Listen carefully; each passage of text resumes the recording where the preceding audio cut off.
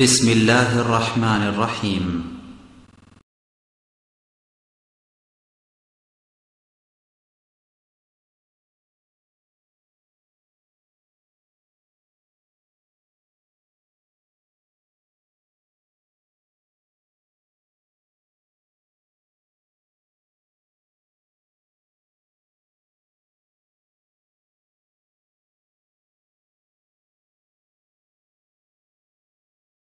إن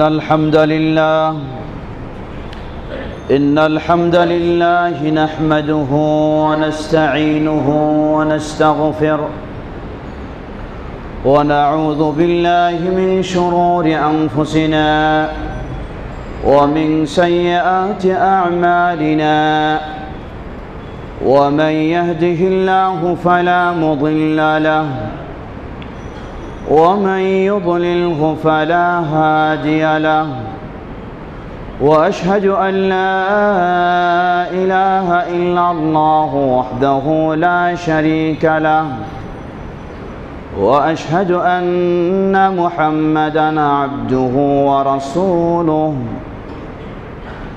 يا أيها الذين آمنوا اتقوا الله حق تقاته ولا تموتن إلا وأنتم مسلمون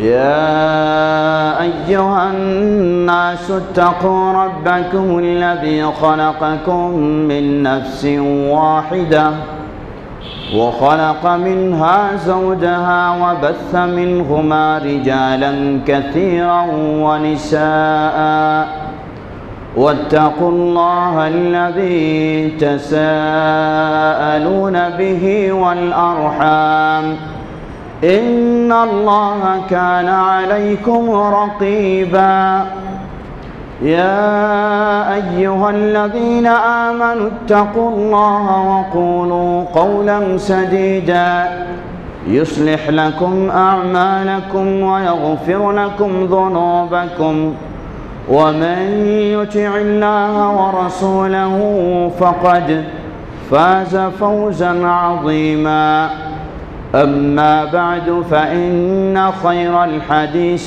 كتاب الله وخير الهدي هدي محمد صلى الله عليه وسلم وشر الأمور محدثاتها وكل محدثة بدعة وكل بدعة ضلالة وكل ضلالة في النار فأعوذ بالله من الشيطان الرجيم بسم الله الرحمن الرحيم قل هل ننبئكم بالأخسرين أعمالا الذين ضل سعيهم في الحياة الدنيا وهم يحسبون أنهم يحسنون صنعا الحمد لله শুরুতে আবারও প্রশংসা জ্ঞাপন করছি সেই আল্লাহ সুবহানাহু ওয়া তাআলা যিনি সমগ্র মানব জাতির জন্য শান্তির জীবন যাপন করার লক্ষ্যেই তাদেরকে আল্লাহর মনোনীত দিন ইসলাম দিন হিসাবে দান করেছেন। আর সেই ইসলামের প্রতি যে আল্লাহ সুবহানাহু ওয়া তাআলা আমাদেরকে চলার তৌফিক দান করেছেন তার এই প্রশংসা জ্ঞাপনার্থে বলি আলহামদুলিল্লাহ। অতঃপর অসংখ্য সালাত ও সালাম পেশ করছি প্রিয় রাসূল মুহাম্মদ সাল্লাল্লাহু আলাইহি ওয়াসাল্লাম, তার আসহাবে কেরাম, আহলে বাইত, শেষ দিবস পর্যন্ত তার প্রতিটি একনিষ্ঠ অনুসারীদের উপর। সম্মানিত মুসল্লিবৃন্দ, ইসলাম এমন একটি জীবন ব্যবস্থা, এমন একটি দিন, এমন একটি ধর্ম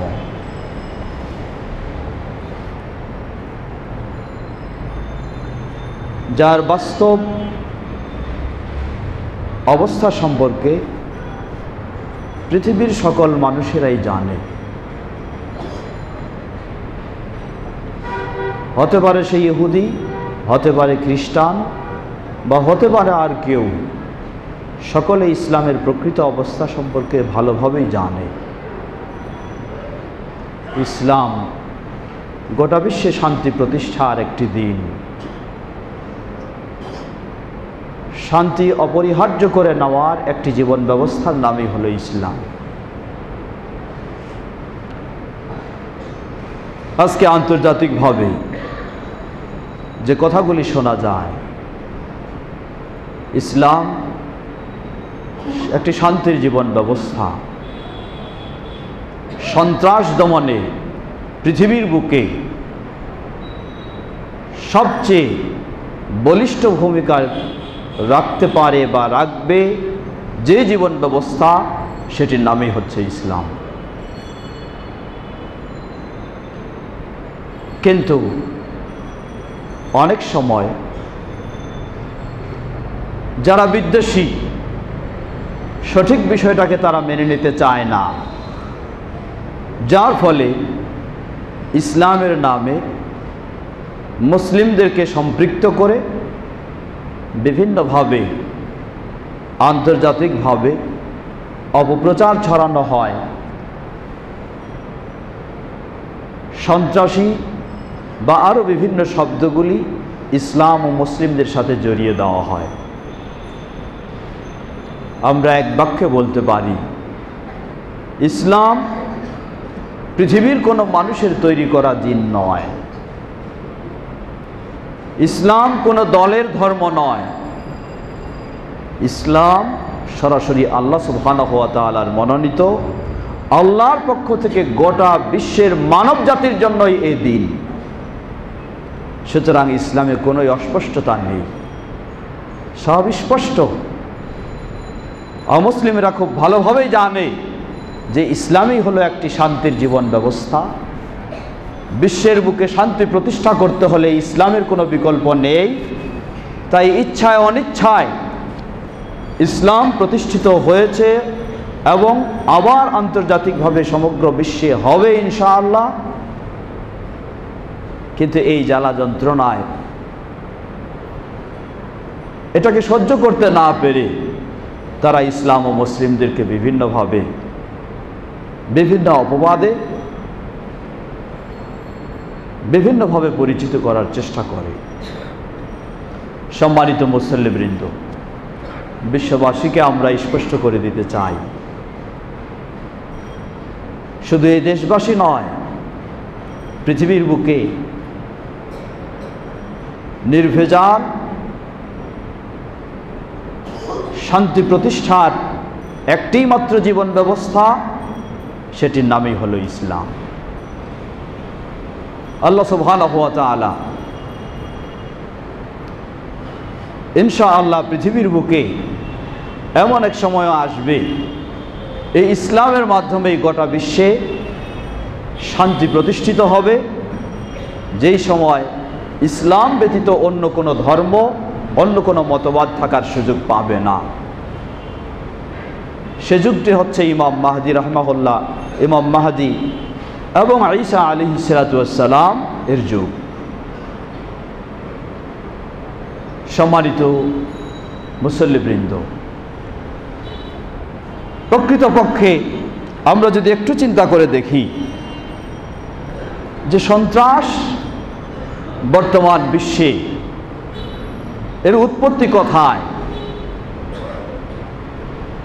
কারা এই সন্ত্রাসকে লালন করে এবং কারা এই সন্ত্রাসকে ডেলিভারি দেয়।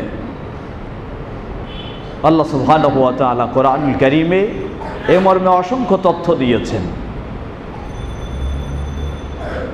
অসংখ্য তথ্য দিয়েছেন। পৃথিবীর বুকে শীর্ষ সন্ত্রাসী জাতি আল্লাহ রাব্বুল আলামিন তাদেরকেও চিহ্নিত করেছেন। অতঃপর কারা, তাদেরকেও উল্লেখ করেছেন। অতঃপর কারা হতে পারে, তাদেরকেও আল্লাহ সুবহানাহু ওয়া তাআলা উল্লেখ করেছেন। বিশেষ করে মুমিনদের প্রতি, ইসলামের অনুসারীদের প্রতি বিদ্বেষী হয়ে পৃথিবীতে সন্ত্রাস এই কর্মকাণ্ডগুলি কারা সৃষ্টি করবে? আল্লাহ রাব্বুল আলামিন তাদের তথ্যগুলিও তুলে ধরেছেন। আল্লাহ রাব্বুল আলামিন সূরা মায়েদা 82 নম্বর আয়াতে বলেন, لَتَجِدَنَّ أَشَدَّ النَّاسِ عَدَاوَةً لِلَّذِينَ آمَنُوا الْيَهُودَ وَالَّذِينَ أَشْرَكُوا। আল্লাহ রাব্বুল আলামিন এই আয়াতে স্পষ্ট করলেন, لَتَجِدَنَّ أَشَدَّ النَّاسِ عَدَاوَةً لِلَّذِينَ آمَنُوا। মুমিনেরা যেন প্রতিষ্ঠিত হতে না পারে, মুমিনেরা যেন তাদের ঈমান নিয়ে টিকে থাকতে না পারে, এজন্য সর্বোচ্চ পৃথিবীর বুকে শত্রুতা যারা প্রদর্শন করবে, যারা এই সন্ত্রাসী কর্মকাণ্ড চালাবে, তারা হচ্ছে আল ইয়াহুদ, তারা হচ্ছে ইয়াহুদ। এরপরে বললেন ওয়াল্লাযীনা আশরাকু, যারা হলো মুশরিক, প্রতিমা পূজারী। তারপরে তৃতীয় স্তরে আল্লাহ বললেন, তবে মুমিনদের জন্য সহায়ক হিসাবে সবচেয়ে যাদেরকে পাওয়া যাবে তারা হচ্ছে আন-নাসারা, খ্রিস্টানেরা। একটি বিষয় ভাবার, আল্লাহ সুবহানাহু ওয়া তাআলা মুমিনদের জন্য সবচেয়ে বড় শত্রু হিসাবে উল্লেখ করলেন এখানে। এক নম্বরে হচ্ছে ইহুদ, দ্বিতীয় হলো যারা মুশরিক, প্রতিমা পূজারী। তৃতীয় পর্যায়ে নিয়ে এসেছেন যাদের শত্রুতা থাকা সত্ত্বেও মুমিনদের কাছাকাছি তারা সহযোগিতাও অনেক সময় দেবে, তারা হচ্ছে নাসারা, খ্রিস্টান যারা তারা।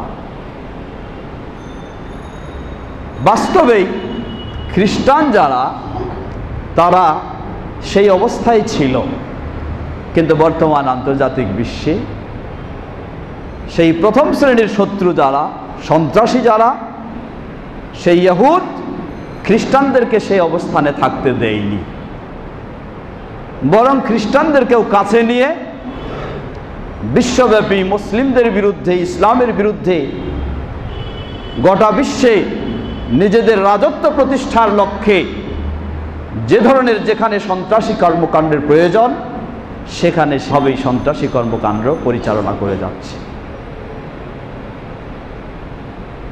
সুতরাং ইসলাম এবং মুসলিমদের মাঝে সন্ত্রাসী বলতে কিছুই নেই, বরং ইসলাম ও মুসলিমেরা বিশ্বের বুকে সর্বত্রই শান্তি প্রতিষ্ঠার ভূমিকায় রেখেছে।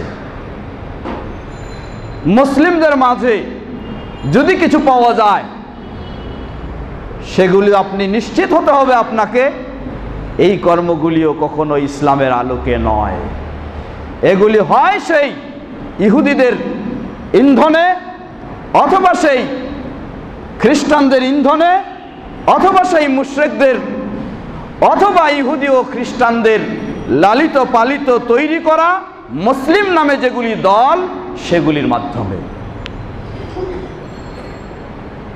এজন্য বিশ্বব্যাপী বর্তমান সন্ত্রাসী কর্মকাণ্ড যারা পরিচালনা করছে,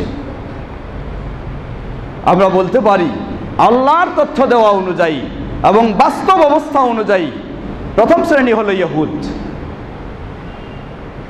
দ্বিতীয় হলো মুশরিক যারা।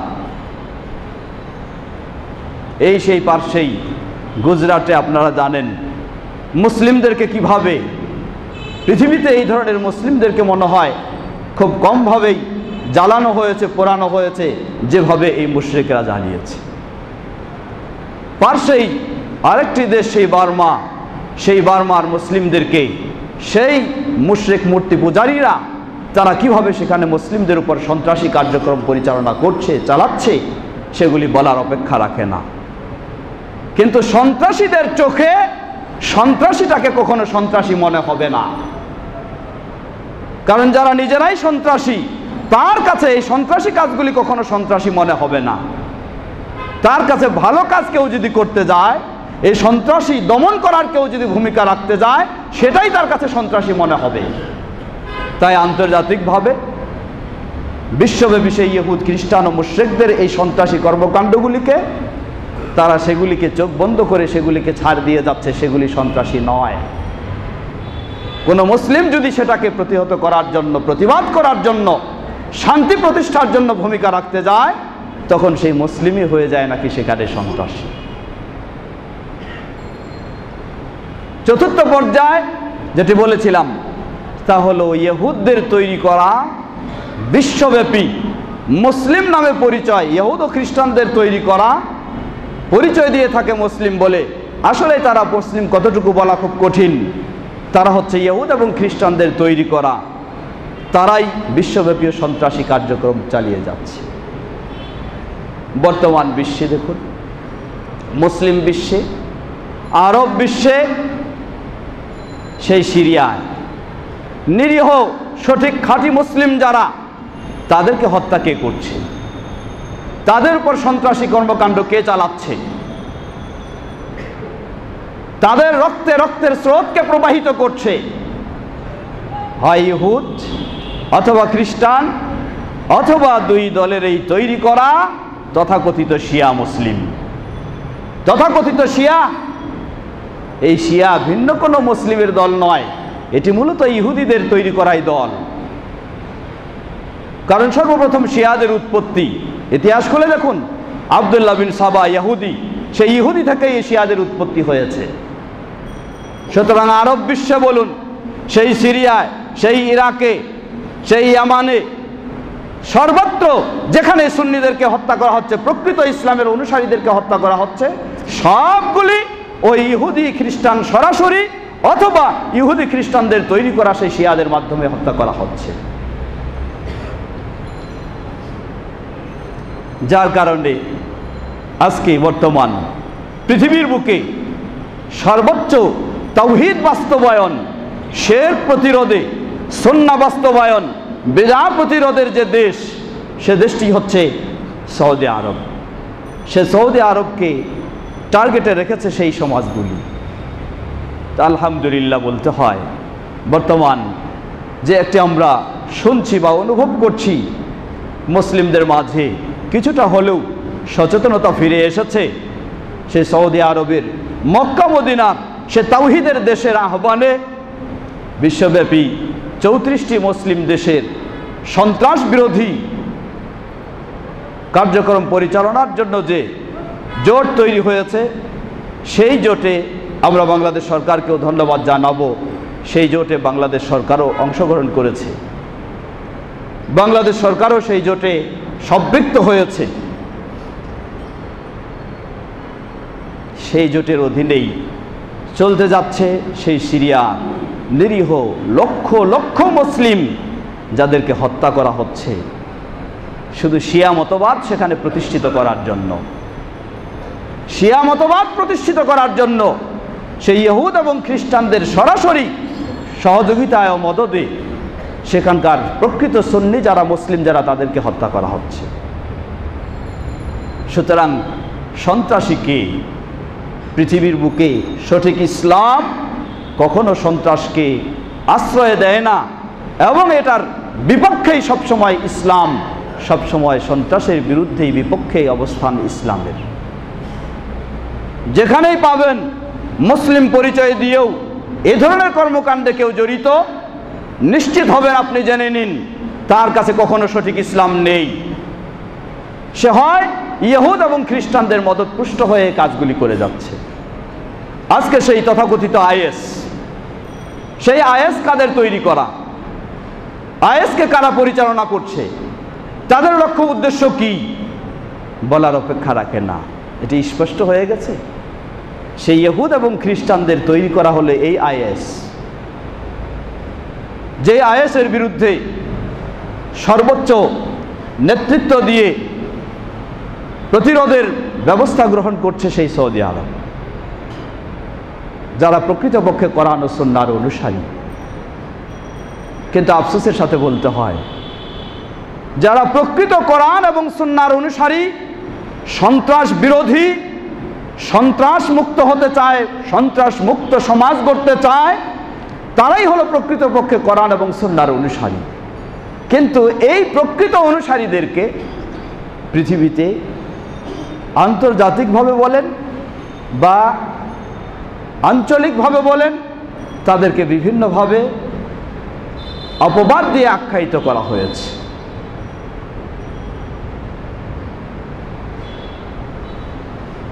(1703 খ্রিস্টাব্দে জন্মলাভ করলেন রিয়াদের পার্শ্ববর্তী এলাকায় মুহাম্মদ বিন আব্দুল ওয়াহাব রাহিমাহুল্লাহ। যে মুহাম্মদ বিন আব্দুল ওয়াহাব রাহিমাহুল্লাহ চেষ্টা করলেন মুসলিম উম্মাহকে বিভক্ত দূর করে তাদেরকে এক প্ল্যাটফর্মে কোরআন এবং সুন্নাহর আলোকে ঐক্যবদ্ধ করতে। সেই সময়ে পৃথিবীর অধিকাংশ জায়গায় মুসলিম দেশগুলিতে কর্তৃত্ব চলছিল সেই ইংরেজদের। ইংরেজরা সেই সময় একটি সুযোগ নিল যে এই মুহাম্মদ বিন আব্দুল ওয়াহাব রাহিমাহুল্লাহ তিনি হলেন দ্বীনি সংস্কারক, আর সেখানকার যিনি ছিলেন রাষ্ট্রীয় ক্ষমতার বা প্রশাসনিক মোহাম্মদ বিন সৌদ, দুই মুহাম্মদে যখন এক হয়ে গেলেন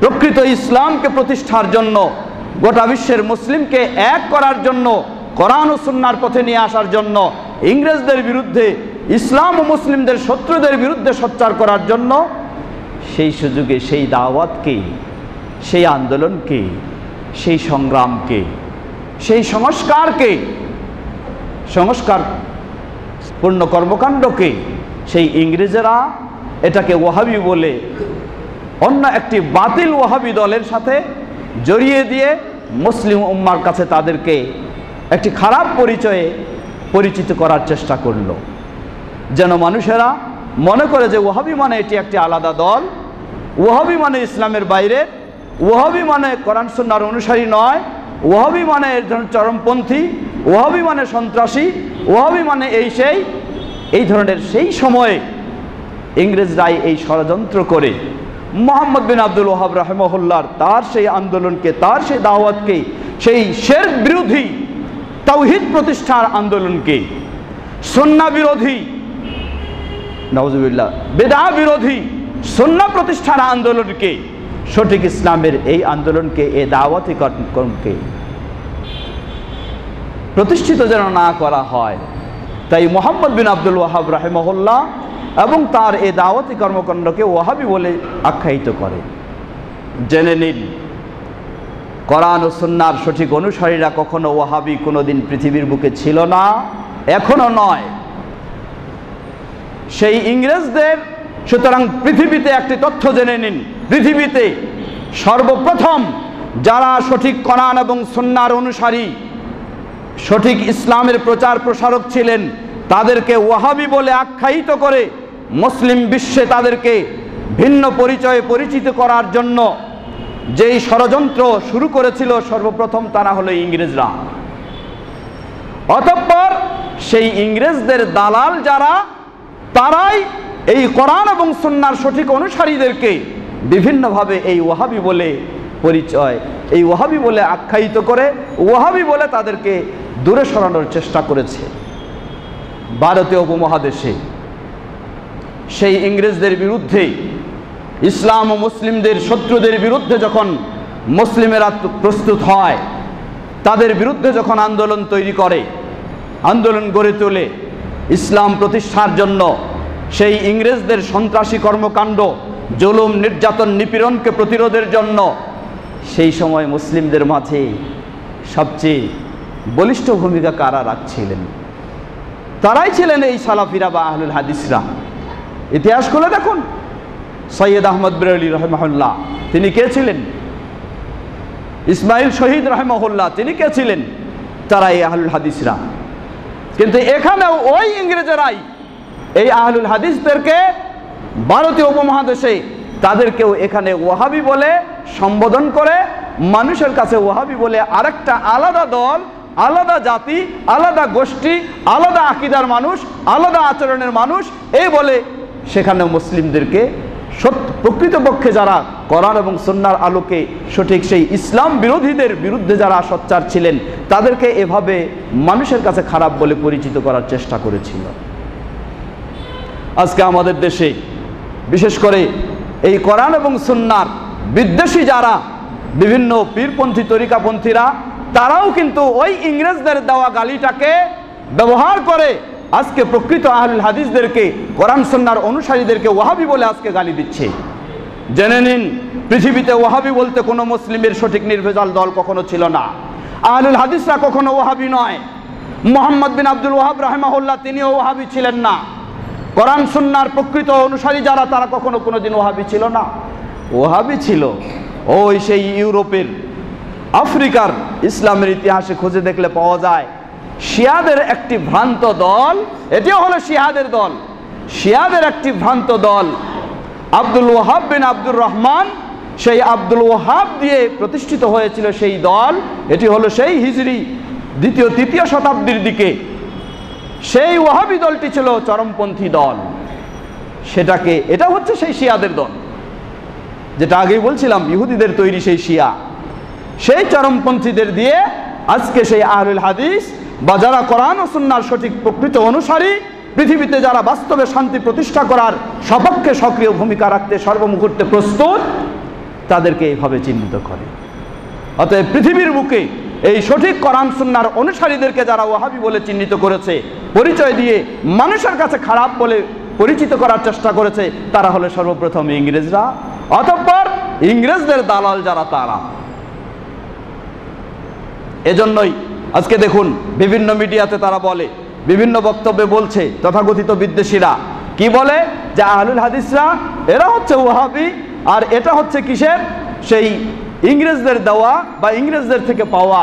জেনে নিন, তারা যেই তথ্যগুলি প্রমাণ করতে চায় এর পক্ষে বলে, সেই ভারতবর্ষের সেই সময়ের বিশিষ্ট যারা ওলামায়ে কেরাম ছিলেন আহলুল হাদিসদের, তারা স্পষ্টভাবে সেই ইংরেজদের কাছে তারা চিঠিতে লিখেছিলেন, বলেছিলেন যে আমরা কখনো ওয়াহাবি নই, অতএব আমাদেরকে কখনো আপনারা ওয়াহাবি বলে সম্বোধন করবেন না, আমরা হলাম আহলুল হাদিস।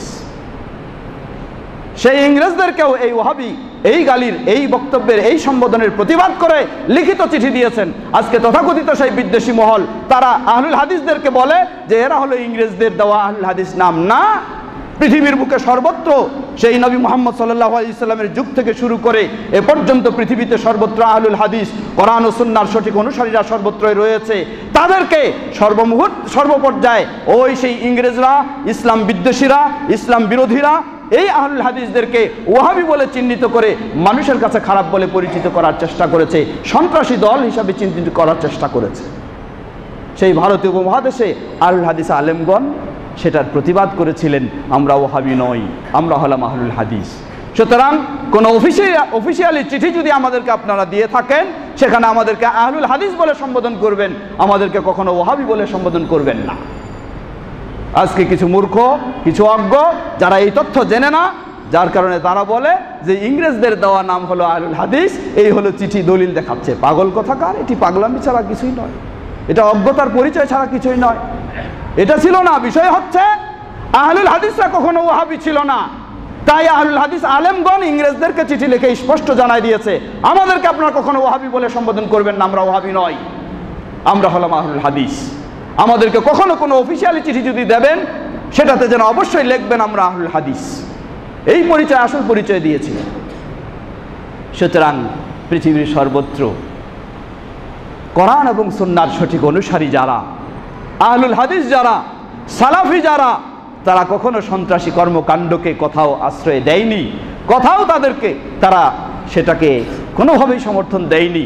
সর্বমুহূর্তে সর্বত্র বাংলাদেশের বুকেও আমরা সকলকে জানাই দিতে চাই, স্পষ্ট করে দিতে চাই, আহলুল হাদিসরা সর্বমুহূর্তে ইসলাম যেখানে সন্ত্রাস বিরোধী, সন্ত্রাসকে আশ্রয় দেয় না, আহলুল হাদিসরা সেই আকীদায়, সেই আদর্শে প্রতিষ্ঠিত, তারা কখনো সন্ত্রাসকে প্রশ্রয় দেয় না, বরং সবচেয়ে পৃথিবীর বুকে শান্তি প্রতিষ্ঠার ক্ষেত্রে, প্রকৃত ইসলাম বাস্তবায়নের ক্ষেত্রে এই আহলুল হাদিসরা, এই সালাফিরাই সর্বত্র ভূমিকা রেখেছে এবং সন্ত্রাস প্রতিরোধের জন্য তারাই সবসময় সক্রিয় কাজ করে গেছে।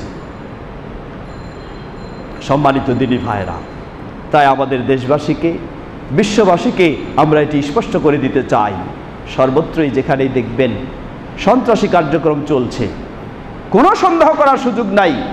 আল্লাহ সুবহানাহু ওয়া তাআলার দেওয়া তথ্যের আলোকে আপনি বিশ্বাস করবেন। এটা হয় সরাসরি সেই ইহুদিদের থেকে, সেই মুশরিকদের থেকে, সেই খ্রিস্টানদের থেকে, না হয় সেই ইহুদি খ্রিস্টানদের তৈরি করা শিয়াদের থেকে, অথবা ভিন্ন কোনো নাম দিয়ে, মুসলিম নাম দিয়ে ইহুদি খ্রিস্টানদের তৈরি করা সেগুলি থেকে। সে আয়েস বলেন আর যত কিছু বলেন, সব এগুলি একই অবস্থান। আল্লাহ সুবহানাহু ওয়া তাআলা প্রকৃত সত্য আমাদেরকে অবগত হয়ে প্রকৃত ইসলামের উপরে যেন আমরা সকলে প্রতিষ্ঠিত থাকতে পারি, আল্লাহ আমাদের সকলকে সে তৌফিক দান করুন। ইসলাম এসেছে পৃথিবীতে শান্তি প্রতিষ্ঠার জন্য। ইসলাম দুনিয়ার শান্তি এবং আখিরাতের শান্তির জন্য ইসলাম এসেছে। ইসলাম দুনিয়াতে অশান্তি আর আখিরাতে অশান্তি এই জন্য আসেনি। এটা ইহুদিরা ভালোভাবে জানে, খ্রিস্টানেরা ভালোভাবে জানে, সকলেই জানে। কিন্তু এই সুন্দর ইসলামকে তারা মেনে নিতে পারছে না। এই সুন্দর ইসলাম এর প্রচার প্রসার বিস্তার ঘটুক, এটি তারা সহ্য করতে পারছে না। তাই ইসলামকে আজকে ভিন্নভাবে পরিচিত করা হয়। বিশেষ করে সঠিক ইসলামের অনুসারী যারা, আহলুল হাদিস বা সালাফি, যারা কোনো মাযহাবী চিন্তায় নয়, যারা কোনো পীর মুরিদির চিন্তায় নয়, যারা কোনো ইসলামের নামে নিজের মন গড়া কোনো দলের চিন্তায় নয়, তাদেরকেও আরও বিশেষভাবে কালারিং করার জন্য এভাবেই বলা হয়। আমরা স্পষ্ট করে দিতে চাই, আহলুল হাদিসরা পৃথিবীতে কখনো সন্ত্রাসীদের সাথে সম্পৃক্ত ছিল না, বরং তারাই সবসময় মুহাম্মদ সাল্লাল্লাহু আলাইহি সাল্লামের যুগ থেকে এই পর্যন্ত প্রকৃত আহলুল হাদিস যারা, প্রকৃত সালাফি যারা, তারা ওহাবিও নয়, সন্ত্রাসীও নয়, তারা সবসময় এসব কিছুর বিরুদ্ধেই তাদের অবস্থান। কোরআন ও সুন্নাহর আলোকে সঠিক ইসলাম প্রচার প্রসারেই ছিল তাদের অবস্থান। আল্লাহ আমাদের সকলকে সেই সঠিক বুঝ গ্রহণ করে সেই সঠিক পথে সঠিকভাবে ইসলাম মেনে চলার এবং পৃথিবীর বুকে শান্তি ইসলামের মাধ্যমে প্রতিষ্ঠা করার তৌফিক দান করুন। ওয়া আখিরু দাওয়ানা আলহামদুলিল্লাহি রাব্বিল আলামিন ওয়া সাল্লাল্লাহু তাআলা আলা মুহাম্মাদ ওয়া আলা আলিহি ওয়া সাহবিহি।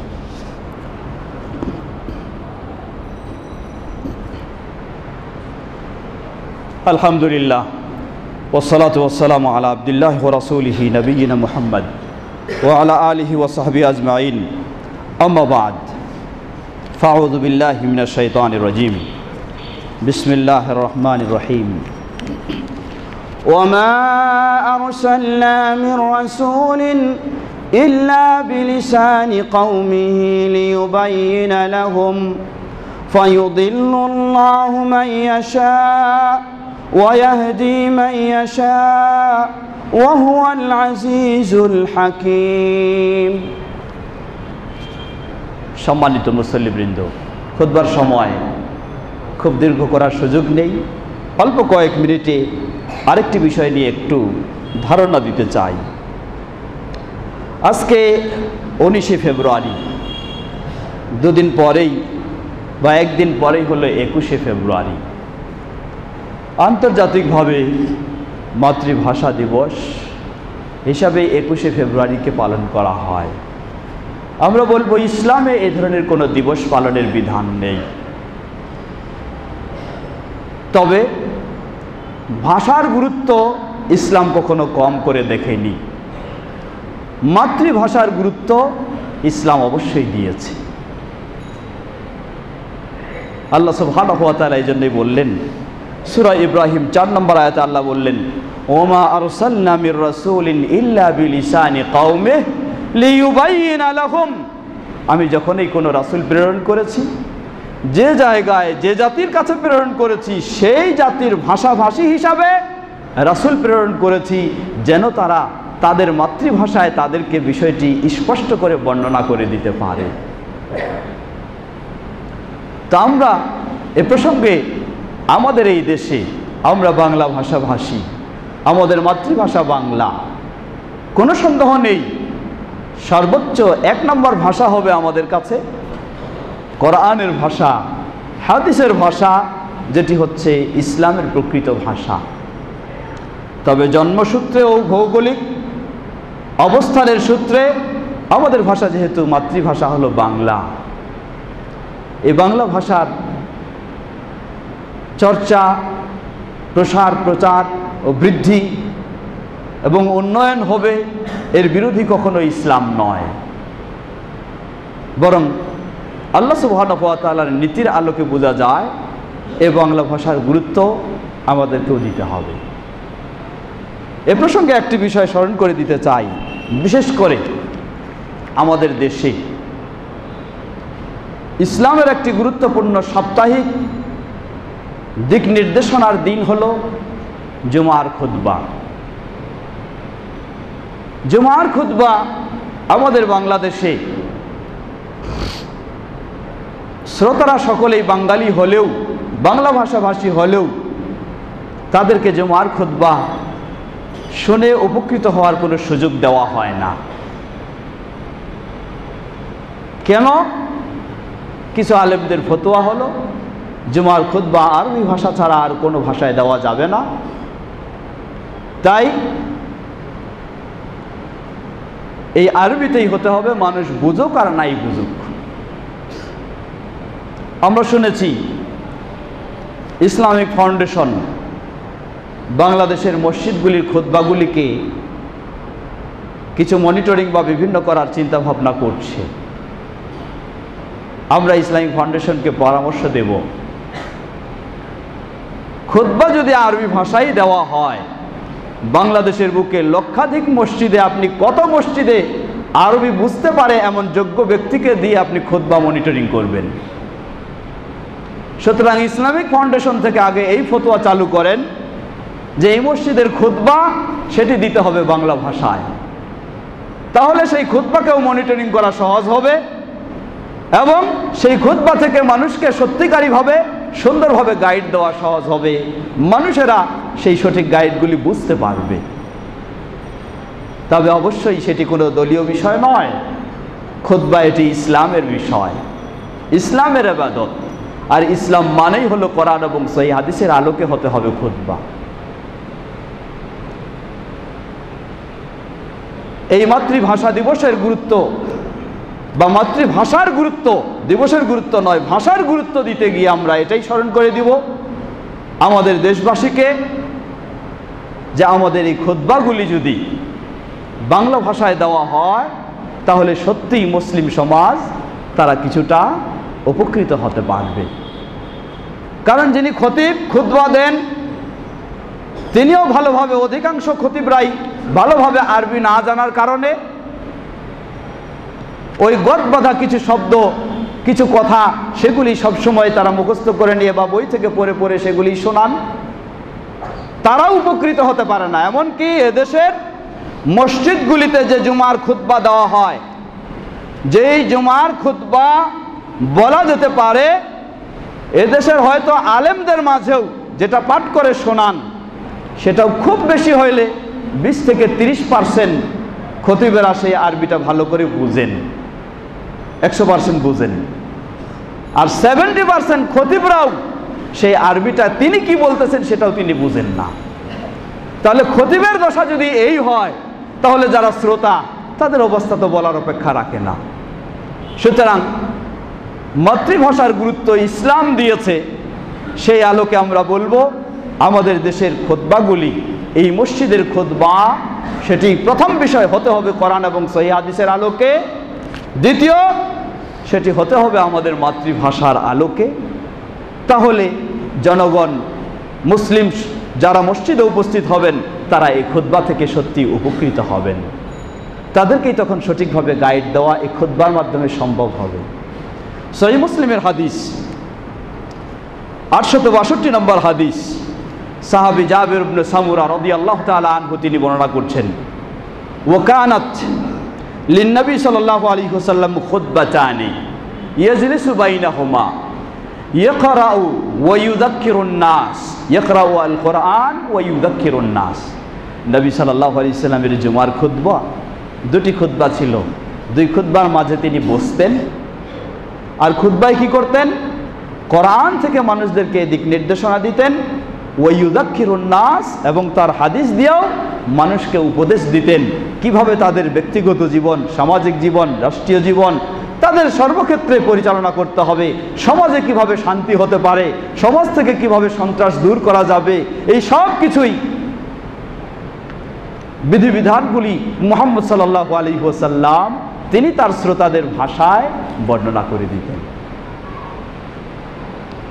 সবচেয়ে আশ্চর্যের বিষয় হলো আজকে আমাদের দেশে যে সমস্ত মসজিদগুলি রয়েছে সেগুলি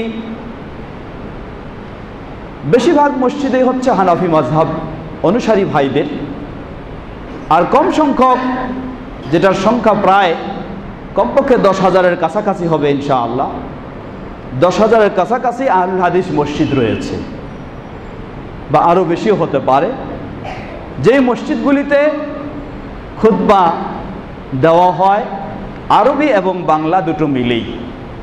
এটাই মূলত কোরআন এবং সুন্নাহর আলোকে।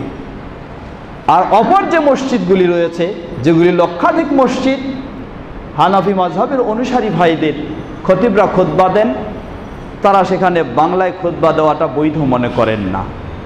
অথচ প্রসিদ্ধ 4 মাযহাব হানাফি, মালিকি, শাফিঈ, হাম্বলি, এই 4 মাযহাবের মাঝে যেই ভাষায়, যেই মাযহাবে আরবি ছাড়া অন্য ভাষায় খুতবা দেওয়ার সবচেয়ে বেশি অনুমতি দেওয়া হয়েছে, সেই মাযহাবটাই হলো হানাফি মাযহাব।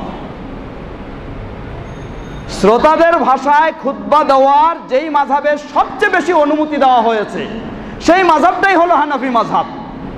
আর অথচ আমাদের দেশে হানাফি মাযহাবের মসজিদগুলিতেই শক্ত অবস্থানে তারা রয়েছেন, আরবি ছাড়া তারা বাংলা ভাষায় খুতবা দিবেন। প্রসিদ্ধ 4টি মাযহাব। 1 নম্বর বললাম আমরা হানাফি মাযহাব।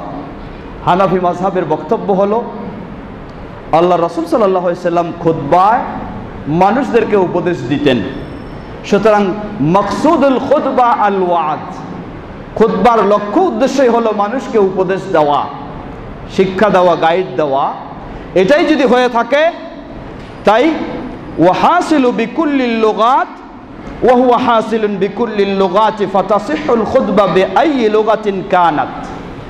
সুতরাং যে ভাষা দিয়েই শ্রোতাদেরকে উপদেশ দেওয়া যাবে, বোঝানো যাবে, সেই ভাষা দিয়েই খুতবা দেওয়া শুদ্ধ হবে। এটি হলো হানাফি মাযহাবের ফতোয়া। ইমাম নববী রাহিমাহুল্লাহ তার মাজমু' কিতাবের 4th খণ্ডের 522 পৃষ্ঠায় এই হানাফি মাযহাবের অবস্থানটি তুলে ধরেছেন। তাহলে হানাফি মাযহাবের সবচেয়ে বেশি অনুমতি দেওয়া হয়েছে বাংলা ভাষায় আমাদের বাঙালিদের জন্য, উর্দু ভাষায় উর্দুদের জন্য, ইংরেজি ভাষায় ইংরেজিদের জন্য, যে কোনো ভাষায়, মানে আরবি ছাড়া অন্য ভাষায় খুতবা দেওয়ার সবচেয়ে বেশি যেই ভাষায় অনুমতি দেওয়া হয়েছে সেটি হলো হানাফি মাযহাবের। অতঃপর হচ্ছে শাফিঈ মাযহাবে।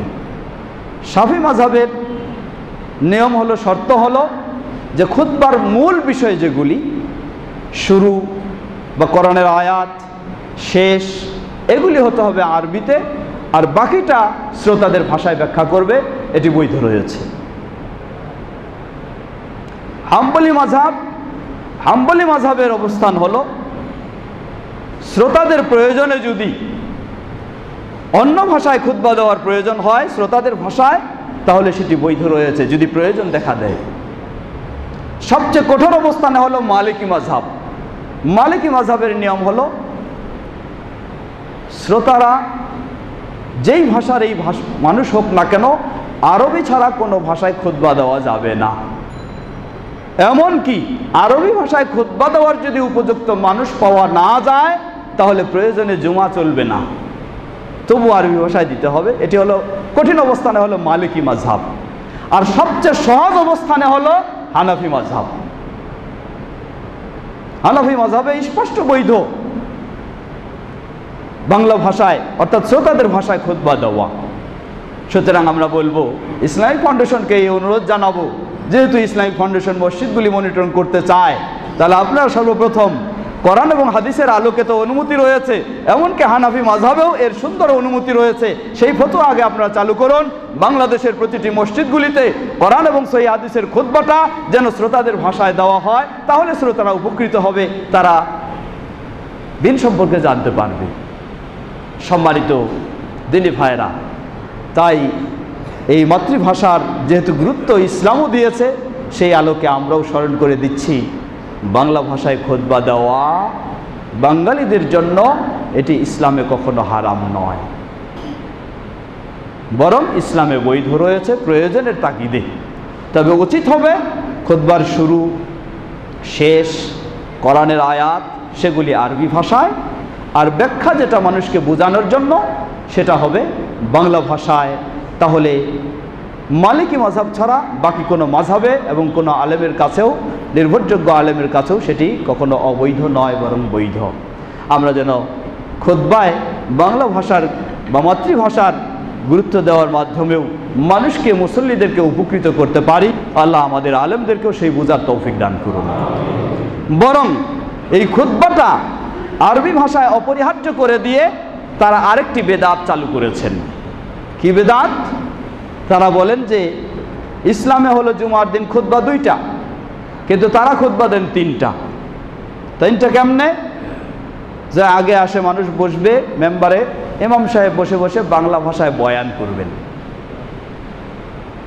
তারপরে কিছু সময় দিবেন সুন্নতের জন্য, তারপরে মেম্বারে দাঁড়িয়ে শুধু তোতা পাখির মতো কিছু খুতবা পাঠ করে শেষ করে দিলেন। এই যে মানুষেরা বাংলা ভাষাভাষী, আরবি ভাষাভাষী নয়, যার কারণে আপনি চালু করলেন আরেকটা খুতবা। এই খুতবা চালু করার অনুমতি আপনাকে কোন ইসলামে দিয়েছে? এটা ইসলামে হারাম নয়? এটাই তো ইসলামে হারাম, যেটা ইসলাম অনুমতি দিয়েছে, আপনার মাযহাব অনুমতি দিয়েছে, আপনি সেটাকে গ্রহণ করলেন না, আর চালু করলেন যেটা ইসলাম অনুমতি দেয়নি। নবী সাল্লাল্লাহু আলাইহি ওয়াসাল্লাম খুতবার আগে মুসল্লিদেরকে জুমার দিন তাদেরকে কোনো সমবেত হয়ে কিছু বলা, কিছু দার্স দেওয়া, সেটি নিষিদ্ধ করেছেন জুমার দিন। বিশেষ করে প্রসিদ্ধ সাহাবী ওসমান রাদিয়াল্লাহু আনহু এবং আরও কয়েকজন সাহাবী থেকে এই বিষয়টি আরও কঠোরভাবে সহিহভাবে প্রমাণিত।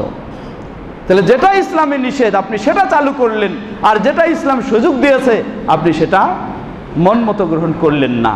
এটি মানুষদেরকে শুধু বঞ্চিত করা হয়। আল্লাহ সুবহানাহু ওয়া তাআলা সে আলেমদেরকে ভালো বুঝার তৌফিক দান করুন। ইবাদাল্লাহ রাহিমাকুমুল্লাহ, ইন্নাল্লাহা ক্বাদ আমারাকুম আন তুসাল্লু আলা নাবিয়িকুম ওয়া ক্বাদ বাদা বিনাফসি ফাকাল ইন্নাল্লাহা ওয়া মালায়েকাতাহু ইউসাল্লুনা আলান নবী ইয়া আইয়ুহাল্লাযীনা আমানু সাল্লু আলাইহি ওয়া সাল্লিমু তাসলিমা আল্লাহুম্মা সাল্লি আলা মুহাম্মাদ ওয়া আলা আলি মুহাম্মাদ কামা সাল্লাইতা আলা ইব্রাহিম ওয়া আলা আলি ইব্রাহিম ইন্নাকা হামিদুম মাজিদ।